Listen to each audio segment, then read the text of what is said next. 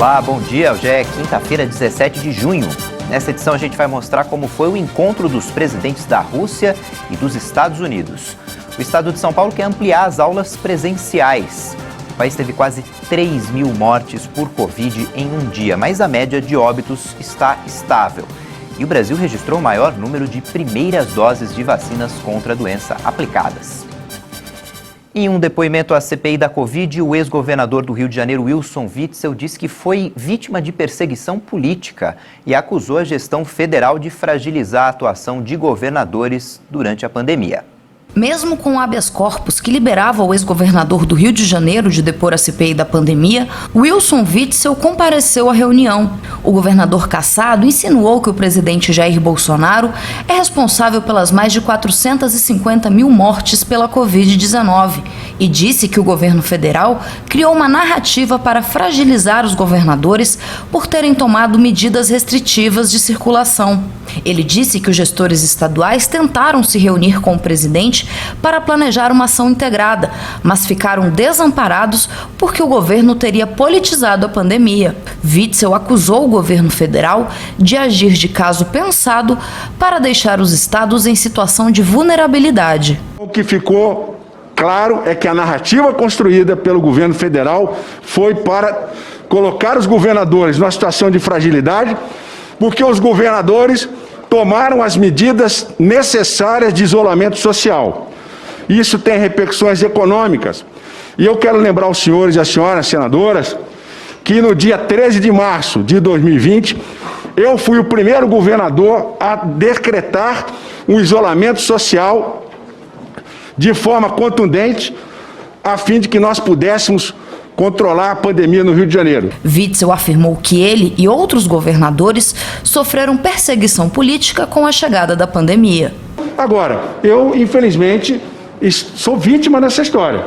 E se eu estou aqui hoje, é exatamente para pedir o apoio desta comissão para que esse ato atentatório à democracia e que envolve a pandemia, porque a atuação da procuradora envolve os governadores que ela está investigando, no meu sentir, ela deveria imediatamente ser afastada da investigação, porque já está demonstrado que há, por parte dela, interesse numa narrativa do governo federal, o que é inaceitável.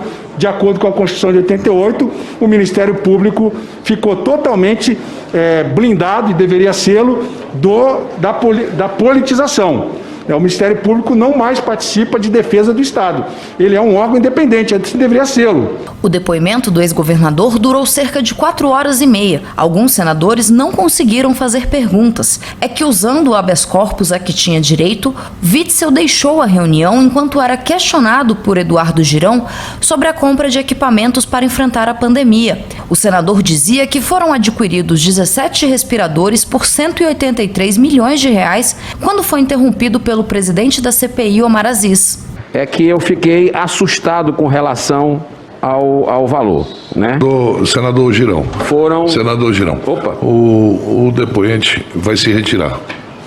Ele está embasado, determino.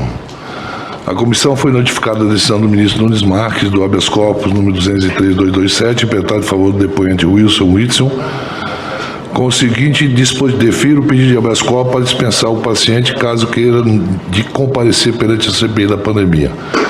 E, em caso de opção, pelo comparecimento, garantir o direito a silêncio, a não me comprometo a falar a verdade em razão de condição de investigar e não de testemunha. E ele acabou de me comunicar que quer se retirar da sessão e a gente não pode fazer absolutamente nada. Além de ouvir Witzel, a CPI da pandemia aprovou novos requerimentos de quebra de sigilo e informações. Os senadores aguardam, dentro de 10 dias, uma manifestação do presidente da Azul Linhas Aéreas para explicar o tumulto provocado pela presença do presidente Jair Bolsonaro em uma aeronave no aeroporto de Vitória no último dia 11. Além disso, foi aprovada a transferência de sigilo de diretores de 3 farmacêuticas. Nesta quinta-feira, a CPI da pandemia tem 2 depoimentos agendados. O primeiro é com o empresário Carlos Wizard, que, segundo os senadores, trabalhou de graça por alguns dias durante a pandemia no Ministério da Saúde. Além dele, o auditor do Tribunal de Contas da União, Alexandre Marques, também é esperado. Ele foi convocado porque desenvolveu um estudo paralelo sobre as mortes por Covid-19, que sustenta supernotificação dos dados da doença no país. O TCU afastou o auditor preventivamente e instalou uma comissão para investigar os fatos dentro de 60 dias. O ministro Luiz Roberto Barroso, do Supremo Tribunal Federal, concedeu ao empresário Carlos Wizard o direito de ficar em silêncio no depoimento à CPI marcado para hoje.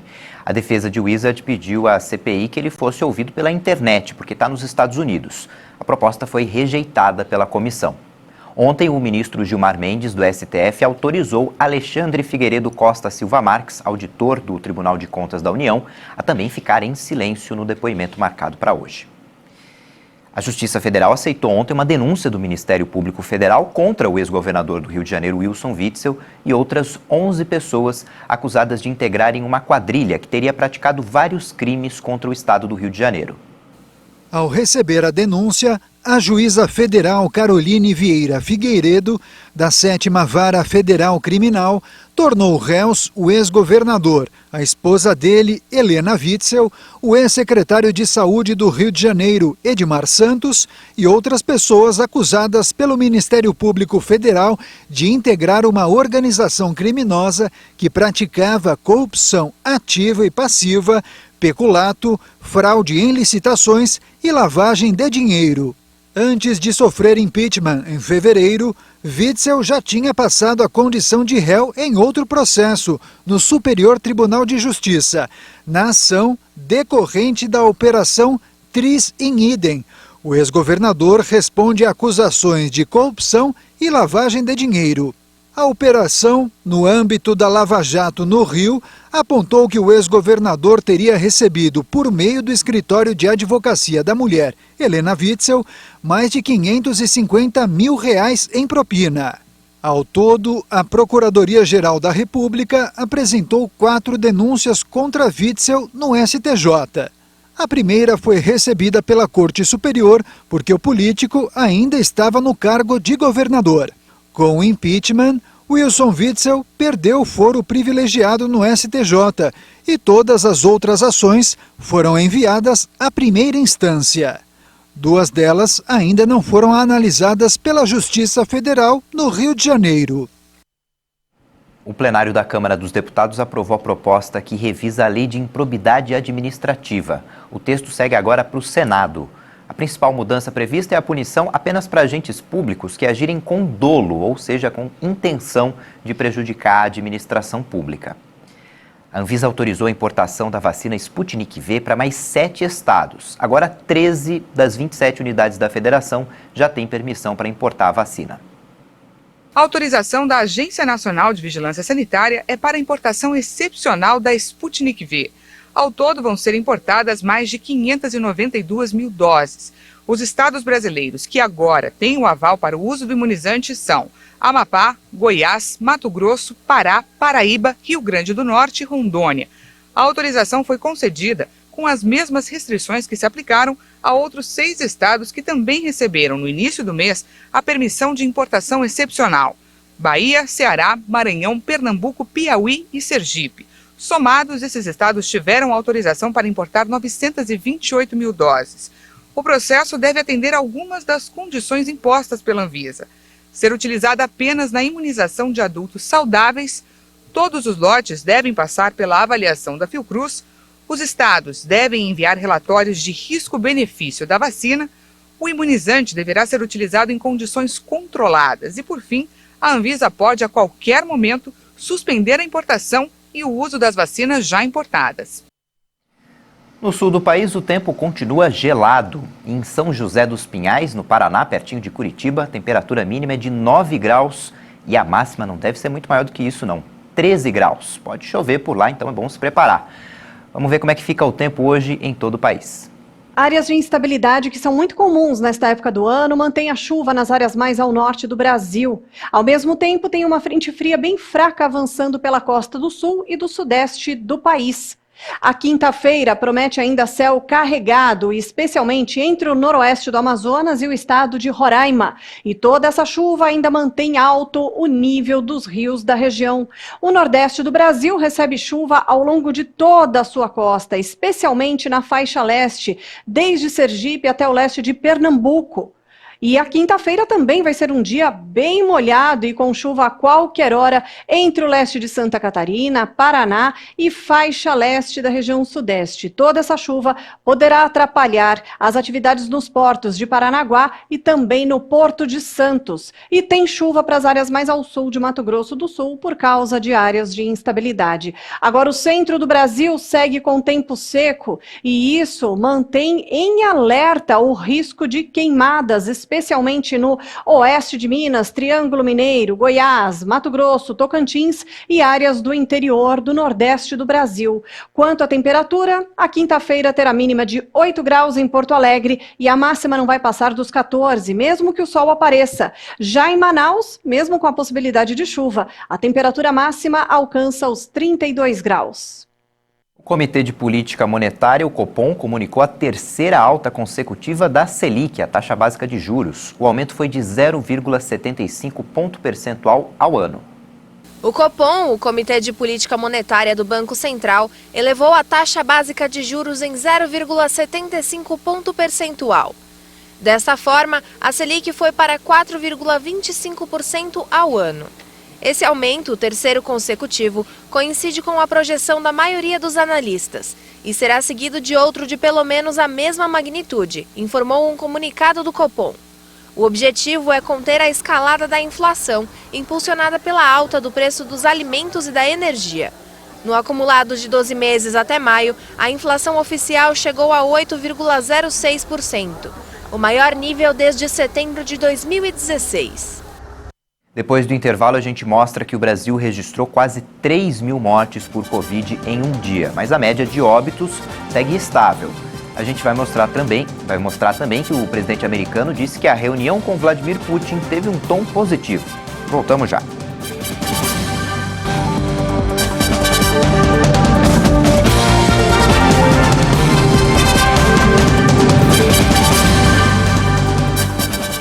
Estamos de volta 8:45 no horário de Brasília. O governo de São Paulo anunciou a ampliação da retomada das aulas presenciais a partir de agosto, deixando a critério de cada escola determinar a capacidade total de alunos de acordo com sua realidade, respeitando, claro, os protocolos de prevenção contra a Covid.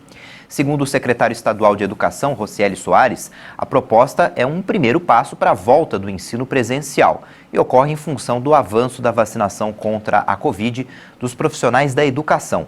O secretário ainda informou que, apesar da ampliação, a presença ainda não vai ser obrigatória nas escolas durante o mês de agosto. O Ministério da Saúde confirmou quase 3 mil mortes por Covid no Brasil em 24 horas e voltou a registrar média móvel acima de 2 mil mortes por dia pela doença. De um dia para o outro, o Brasil registrou 2.997 mortes por Covid-19. É o maior número em 49 dias, desde 29 de abril, quando foram registradas 3.001 mortes em 24 horas.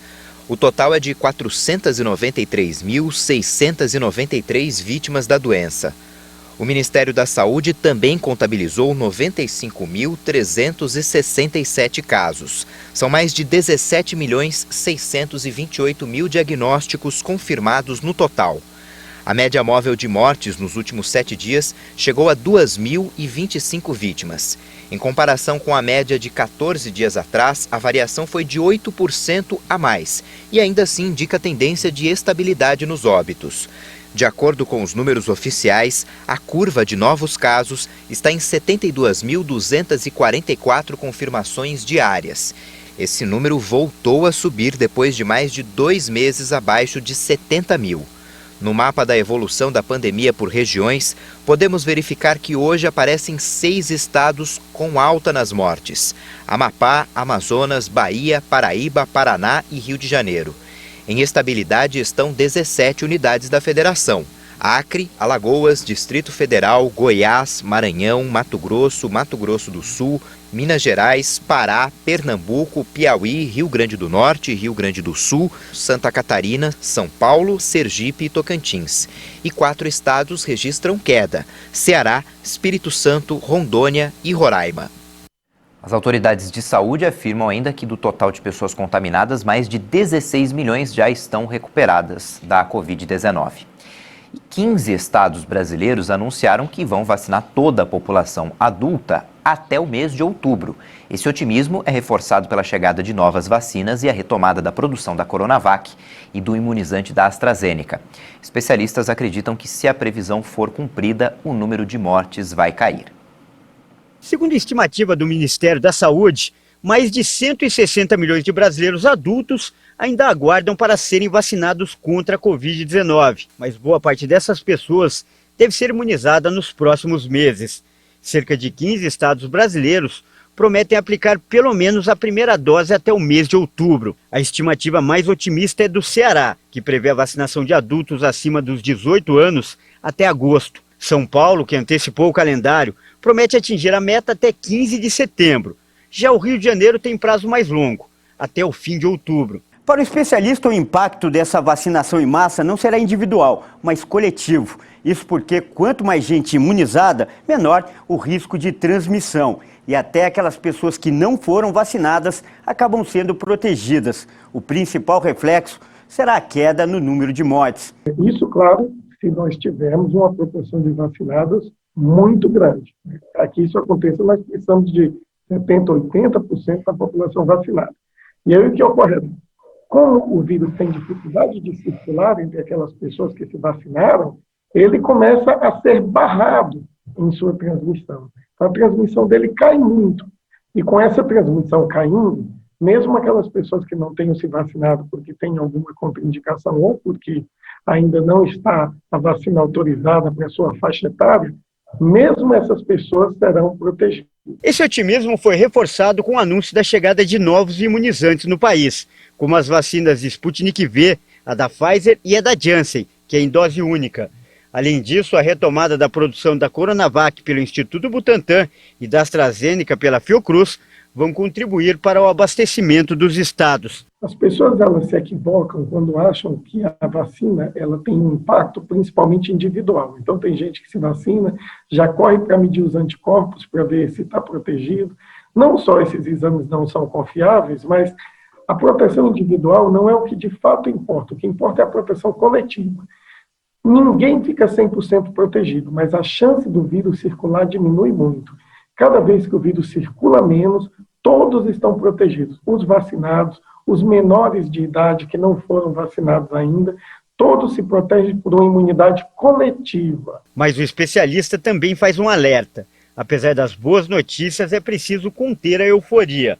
Mesmo depois de vacinadas, as pessoas não podem voltar à vida normal e esquecer os cuidados com a doença. Aqui na cidade de Botucatu, nós fizemos um estudo parecido com Serrana, vacinamos toda a cidade, só que antes que a vacina protegesse, as pessoas começaram a se aglomerar, começaram a não usar máscara. Resultado, nas primeiras semanas após vacina, nós vimos um aumento e não uma diminuição de casos.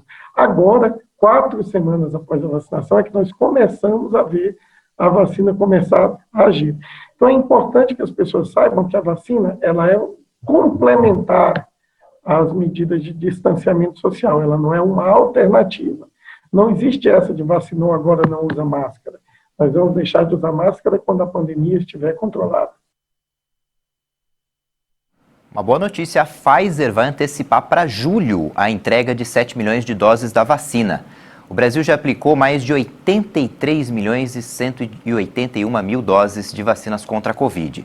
Segundo o Ministério da Saúde e as secretarias estaduais de saúde, mais de 59 milhões e 68 mil brasileiros receberam a primeira dose, o que dá 27,89% da população. E mais de 24 milhões e 113 mil pessoas receberam a segunda dose. E olha, de um dia para o outro foram aplicadas mais de 1.731.000 doses. Esse foi o dia com o maior número de aplicações da primeira dose desde o início da vacinação. Os estados que mais vacinaram a população proporcionalmente são Mato Grosso do Sul, Rio Grande do Sul e Espírito Santo. A Caixa Econômica paga hoje a terceira parcela do auxílio emergencial para os beneficiários que fazem parte do Bolsa Família e têm o número de identificação social NIS final 1. O calendário para quem recebe o Bolsa Família não foi alterado. Portanto, a próxima parcela do auxílio para esse grupo vai começar a ser paga no dia 19 de julho. O presidente dos Estados Unidos, Joe Biden, disse que o tom da reunião com o presidente russo Vladimir Putin foi positivo. Os dois se encontraram na Suíça. A aguardada cúpula entre os dois foi realizada nesta quarta-feira em Genebra, na Suíça.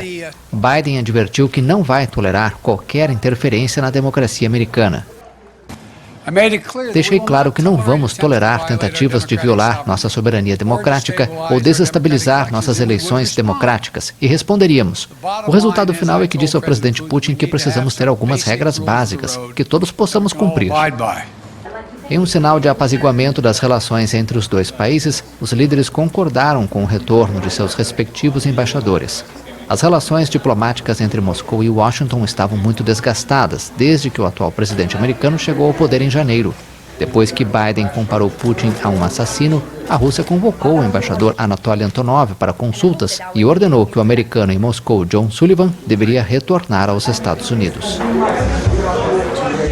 Vamos falar agora de futebol. Ontem, pelo Campeonato Brasileiro, o Palmeiras foi até Caxias do Sul, no Rio Grande do Sul, e venceu o Juventude por 3-0. O destaque da partida foi o atacante Daverson, que marcou o primeiro gol pelo Alviverde após a sua volta ao futebol brasileiro. Em São Paulo, na Neoquímica Arena, o Corinthians até saiu na frente, mas acabou sendo derrotado pelo Red Bull Bragantino de virada por 2-1. No Morumbi, São Paulo e Chapecoense empataram em 1-1. Com esse resultado, as duas equipes seguem ainda sem vencer no Brasileirão. Pela Copa do Brasil, depois de vencer o jogo de ida fora de casa, o Flamengo venceu em casa novamente o Curitiba, agora por 2-0, e assim, claro, assegurou a vaga para a próxima fase da competição. Ontem, pela Eurocopa, a Itália venceu a Suíça por 3-0, jogando em Roma. Os gols foram marcados pelo Immobile e pelo Locatelli. Locatelli fez 2 gols. Com o resultado, a Itália já garantiu a classificação para as oitavas de final. E só uma curiosidade, a Itália tem 3 brasileiros naturalizados, Jorginho, Tolói e o Emerson. Ontem também a Rússia venceu a Finlândia por 1-0 e o país de Gales, de Gareth Bale, derrotou a Turquia por 2-0. Essa edição fica por aqui, daqui a pouco tem outras informações com a Patrícia Velenic às 10 da manhã, no horário de Brasília. No YouTube você pode rever nossas reportagens. Tchau, bom dia.